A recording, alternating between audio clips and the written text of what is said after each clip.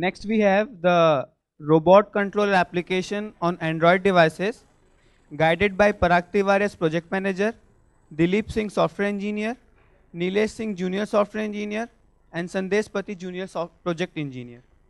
Hello everyone, I'm Nahush and I'll be presenting the Robo Controller app.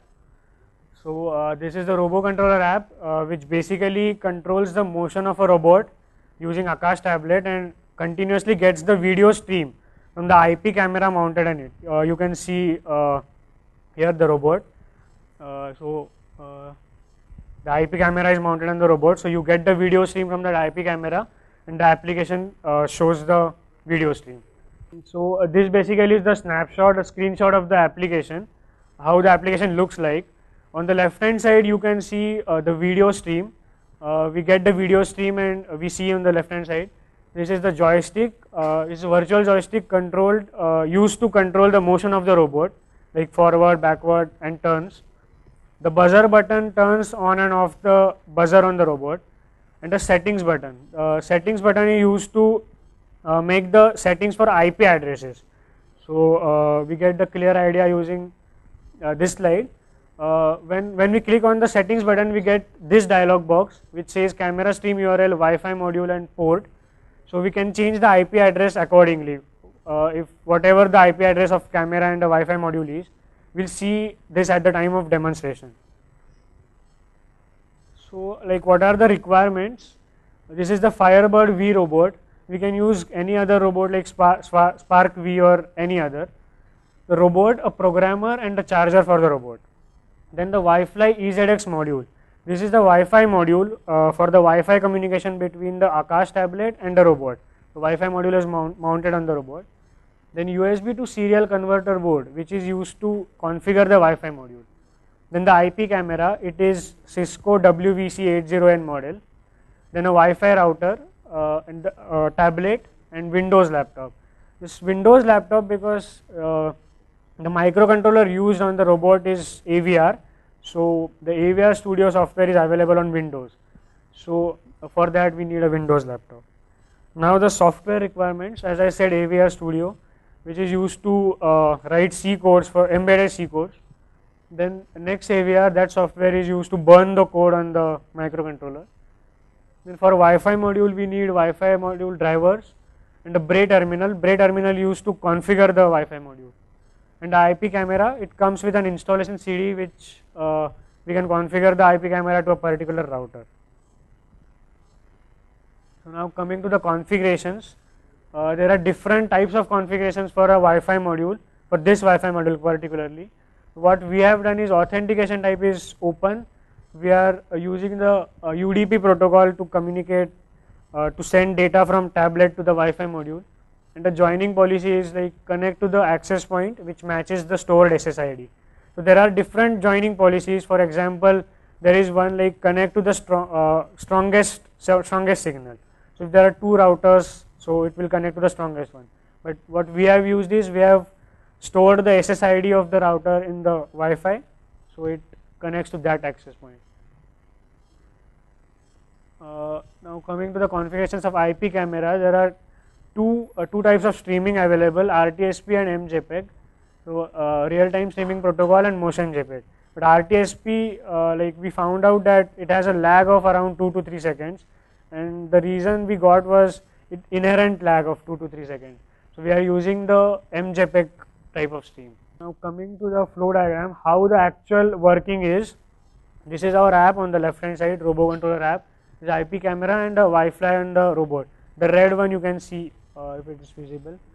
That is the Wi-Fi module which is connected to the microcontroller serially. So the actual working, coming to the motion control. We are using this virtual joystick on the application.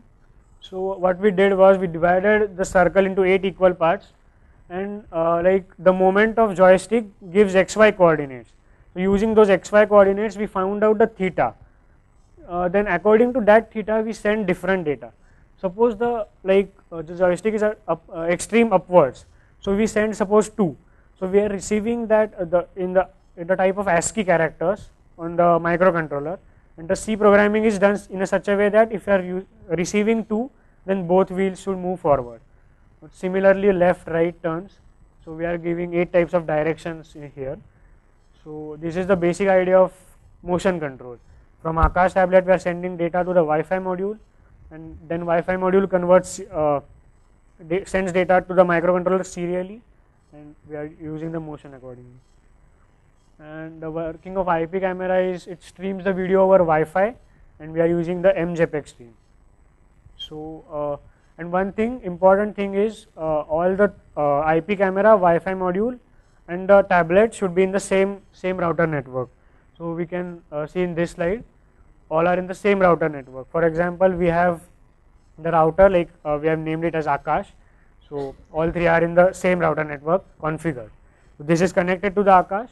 While configuring Wi-Fi module, we have set the SSID as Akash, and IP camera is also configured with same router. Now coming to the applications and like future scope, in the surveillance purpose and hostage situations. For example, we can add some hardware utilities in the robot such that step climbing or the camera will rotate using a stepper motor or something. So we can add these functionalities and use in the surveillance purpose.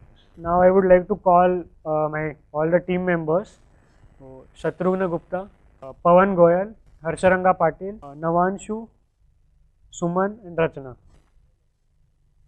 So this is the settings button which I was talking about. You can see camera stream URL, Wi-Fi module IP and Wi-Fi module port. So if one click of that, we get this kind of image.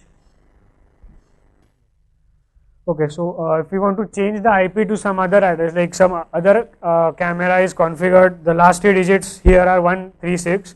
So if other camera is like 152, then we can change and we can view that camera view also.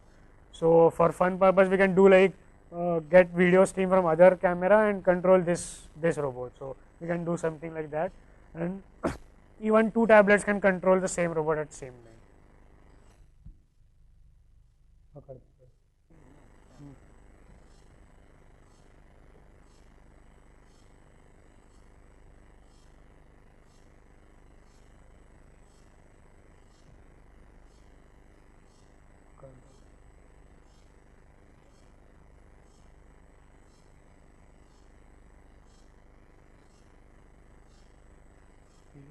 So you are turning it around like this.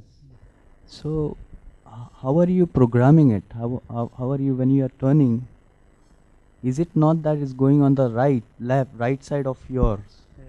right? And then it is turning on this, on the table it was turning, but then you are pushing it onto the right. Yes. So is it the initial part of the motion is captured and then utilized for the turning movement of the robot? No, actually the joystick, as I said, the joystick finds the location what data to send. Like if I am putting it on right, so it sends a particular data to the Wi-Fi module.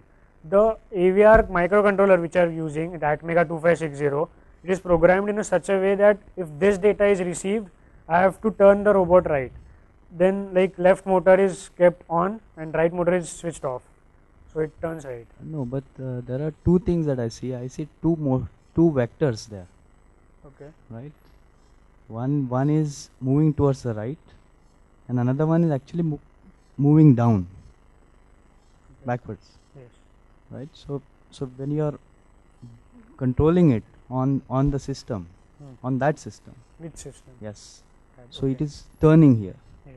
But if I'm just using a right forward motion or rightwards, Yes. I'm just getting a right movement here, Yes. not turning motion. So you're going to combine 2 different vectors there. Yes. So Like which there are algorithm are you using? 2 different types of turns are there. There is hard right and soft right. I So understand. in that hard right, the left motor is moving forward, right motor is moving backward. So Alright, it so turn. how do you capture hard right on when you're Yes, that's what I'm saying. The circle is divided into 8 equal parts. okay? So according to that theta, if it is in that particular region, like extreme right region, that in that theta range we are sending some different signal, and in other theta range, like after that, it is a soft right turn. So it will move forward as well, and because suppose it is a hard right, so So the center of rotation becomes this center of the axle. It turns like this. If it's soft right, then center of rotation is this wheel. It turns like this. So it is going forward also and right also.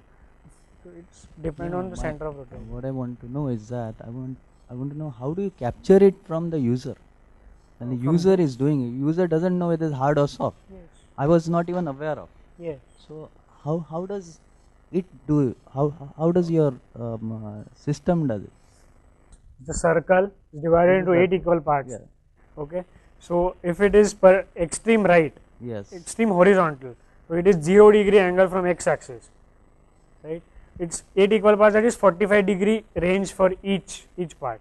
So if this this joystick is from minus 22.5 to 22.5, And if you miss it, then it will go, then it will soft right. So it's not about missing, right? The user is controlling, so he will see where he wants to take the how did you robot. verify it? What? How did you verify whether it was doing perfectly what you were intended to do? No, actually we haven't looked upon the accuracy of this. No, we haven't put any margin. It's whole circle is used. Because you may be either this side or that side, and you may want to turn it this side, but you're gone that side. Yeah, it is. The Map. motion is not very swift.